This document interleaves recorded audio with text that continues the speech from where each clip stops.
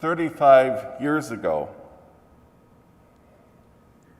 I had my oral comprehensive exam for the licentiate in sacred theology. 3 professors questioned me for 15 minutes apiece. You don't know which ones till you walk in the room. Batting first for me was Father René Latourelle of happy memory. Father Latourelle was an expert in the search for the historical Jesus.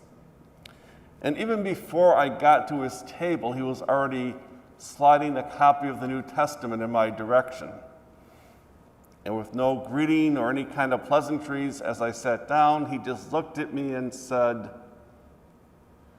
"From one or all the accounts of the agony in the garden, make a case for me that Jesus was divine."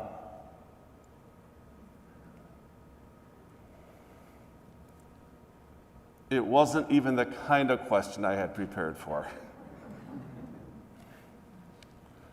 And so I opened the New Testament, and to buy some time, I very slowly and deliberately read each of the 3 accounts from Matthew, Mark, and Luke. Of course, I realized later on in life that I'm sure my tactic wasn't fooling Father Latourelle any more than the tactics my students try today fool me, but I had barely finished reading Luke's account, and Father Latourelle was leaning over the table saying, "Well?" And as I looked up, my eyes met his, and before I really meant to, my mouth just started blurting out what was going through my mind, which was, "Father, from the accounts of the agony in the garden in the New Testament, I cannot make a case for Jesus' divinity." And I thought to myself, okay, I'm doomed. I've just flunked out of the university. My name will be a laughingstock for all time. And the French-Canadian Jesuit simply sat back and looked at me. For what seemed like an hour, I'm sure it was a couple seconds. Then he broke into a big smile, nodded, and said, "Father Phillips, you are absolutely correct. It would be impossible for anyone to make an argument for Jesus' divinity from the agony in the garden. In those accounts in Gethsemane, Jesus is fully human." Which, by the way, is why today's Passion from John has no agony in the garden. It's not in his gospel because John emphasizes Jesus' divinity, not his humanity. When the exam sessions were all done and we were all being congratulated, Father Latourelle came up to me and, taking my hand in both of his, he said to me, "Now, when you get back to Detroit, you can forget most of what we taught you about the processions of the Trinity and the definitions of the Council of Chalcedon. Preach about Jesus' humanity. That's what people can identify with. Preach about Jesus' humanity. That's what people can identify with." And yet, over these 35 years, I've come to realize just how difficult it is for us to accept ourselves and to accept one another, to honor our common human condition. We hold ourselves, and even worse, we hold others, to really impossible standards. We expect superheroes. not fragile, wounded, broken persons. We wear masks not just physically for health. We wear masks over our emotions and over our spirits to hide and protect ourselves, disguise ourselves. We negate ourselves to fulfill the real, or more often than not, the perceived expectations of others. So much so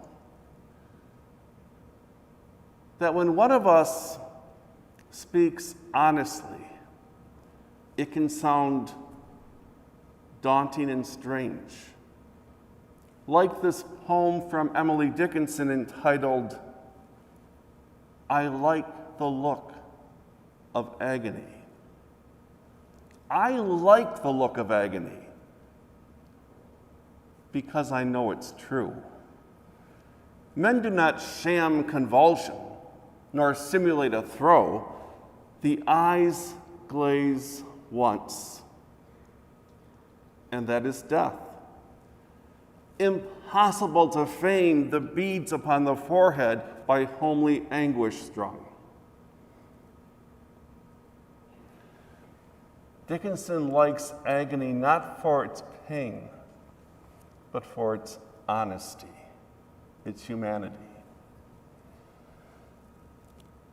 Last year on Good Friday, I don't need to remind you we were under lockdown, but I was here at 1 o'clock anyway. Not because I'm really super holy or pious, but truthfully, I just didn't know what else to do with myself. The church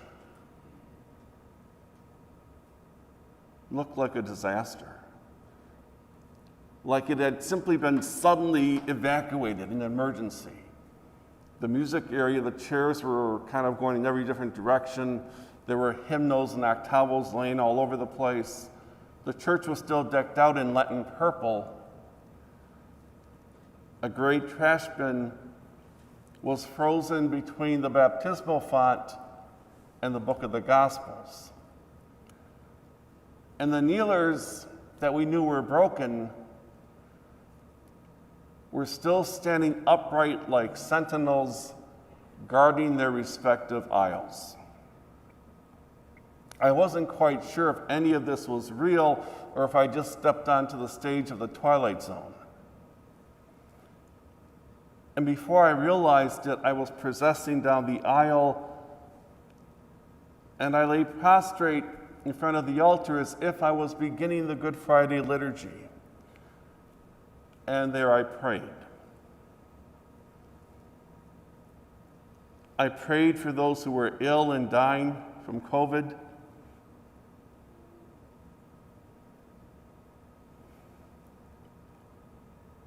I prayed for their families, trying to imagine what it was like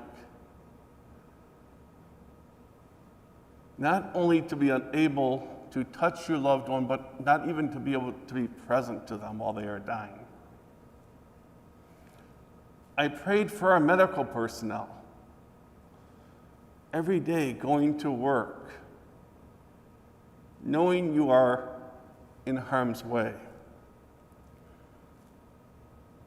I prayed for our elect and our candidates who would be initiated into the faith, God only knew when. I prayed for the people of our community, our parish. I prayed for our musicians, our sacristans, lectors, all of our liturgical ministers who couldn't do their ministry. I prayed for refugees at our southern border and those who were in prison because they were so vulnerable, so unprotected from this illness. I prayed for victims of clergy sexual abuse. They know firsthand the betrayal that is in the gospel of the Passion. I prayed for those who live with domestic violence and for those who are being trafficked. Have they given up hope that people are searching for them? Have they come to believe what their handlers are telling them, that no one cares? Or inside, are they still hoping that their family is trying to find them?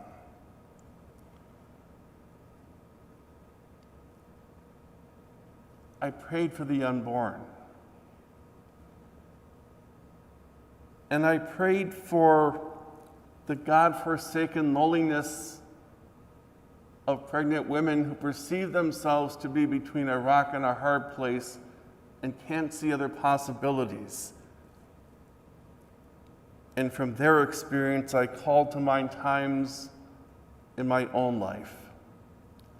Times when I too felt trapped between fear and urgency and was blinded from seeing other options or possibilities, the unabsolvable remorse that we all carry from if only I knew then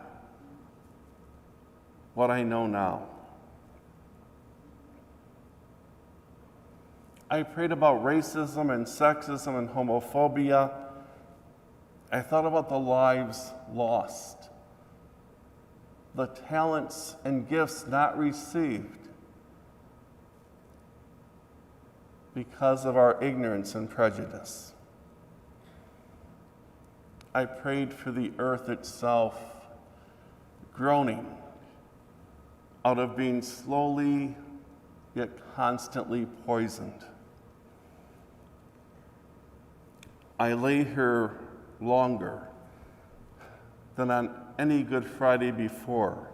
And at one point, I actually felt as if I was being drawn into the floor of the sanctuary itself. If there is a day that we feel our humanity, that we acknowledge our own pain and the travail of our fellow passengers to the grave, our sisters and brothers, it must be Good Friday. Even the Son of God felt totally human on Good Friday. And as strange as it might sound, all of this actually reminds me of a Christmas song, one sung from the perspective of Jesus' mother. It is by an Irish band called Eden's Bridge. It is entitled Crying for the World. It is not so strange, really, to connect Christmas with Good Friday. After all, the wood of the manger is the wood of the cross, and the wood of the cross is the wood of the altar, from which we are nourished by the body and blood of Christ. We share in his divinity and share in his humanity as we share fully in our own humanity and in the humanity of all people.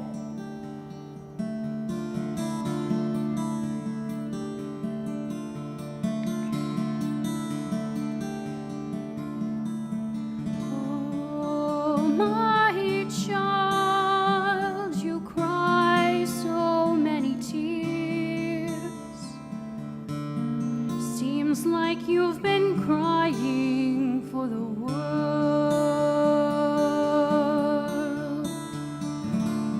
Oh, my child, your world's so full of fears. Seems like you've been crying for the world.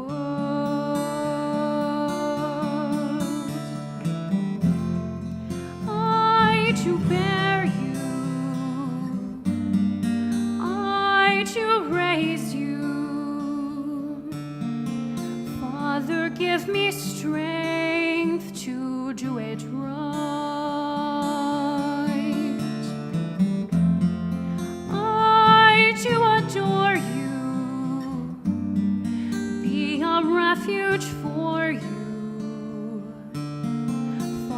Father, give me strength to do it right. Hush, my child, and lay you down to sleep. Seems like you've been crying for the world. Hush, my child, your tears that burn so deep. Seems like you've been crying for the world. I will protect you, guard you and guide you. Father, give me strength to do it right. I will love you more than I have to. Father, give me strength to do it right. Oh, my child, I only wish I could suffer all your trials in your place. Oh, my child, you know I truly would take on all the evils you will face.